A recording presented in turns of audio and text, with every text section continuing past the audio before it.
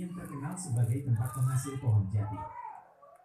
Menurut ensiklopedia, pohon jati sempat dianggap sebagai jenis tumbuhan asing yang ditanam oleh orang-orang Hindu yang datang ke Pulau Jawa ribuan tahun yang lalu.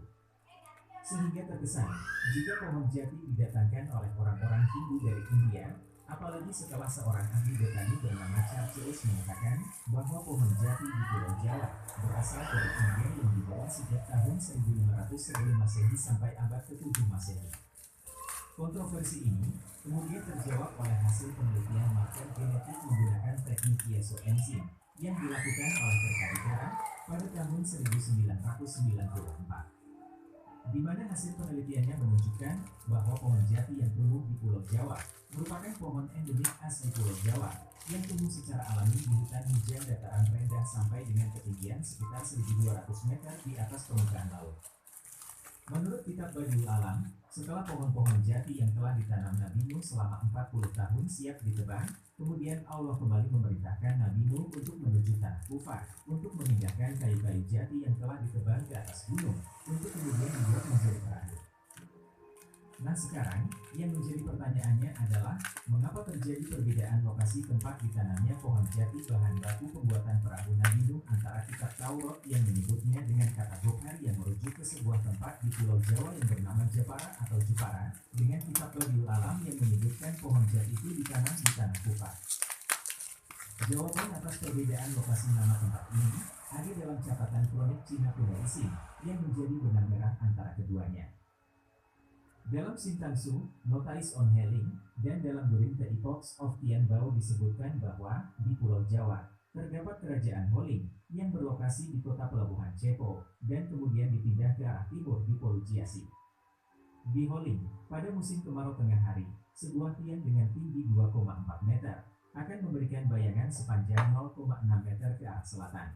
Dan di Holing juga terdapat sebuah bukit. Dengan melakukan sedikit hitungan matematika terhadap apa yang disebutkan oleh catatan kronik Cina kuno tersebut, maka kita akan mengatakan bahwa koordinat lokasi Holing berada pada derajat 8 menit lintang selatan. Dan nilai koordinat ini lebih merujuk ke lokasi Japara atau Jepara.